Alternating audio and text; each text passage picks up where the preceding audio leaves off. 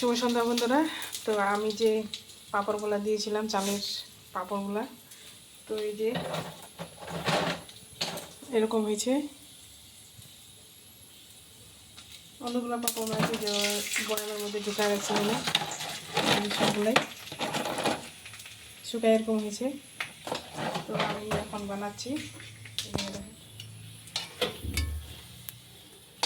আজকে আমি এখানে এই যে ভাজি নিয়েছি, এখানে একদম পাঁপড়ের মতো হয়েছে। এই যে খুব সুন্দর হয়েছে না? খাওয়া একটা দাও। এই যে খাওয়ার জন্য রেডি। তো আমি ওকে একটা দিচ্ছি।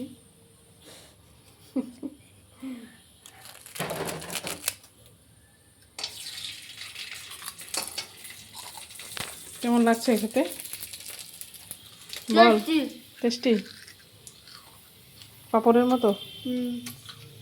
এখানে আমার ছেলে খাচ্ছে, খুব সুন্দর হয়েছে। তো চাইলে আপনারাও বাড়িতে বানায় নিতে পারেন। এইভাবে আর কি সুন্দর হচ্ছে পাঁপড়গুলো, খেতে খুব টেস্টি।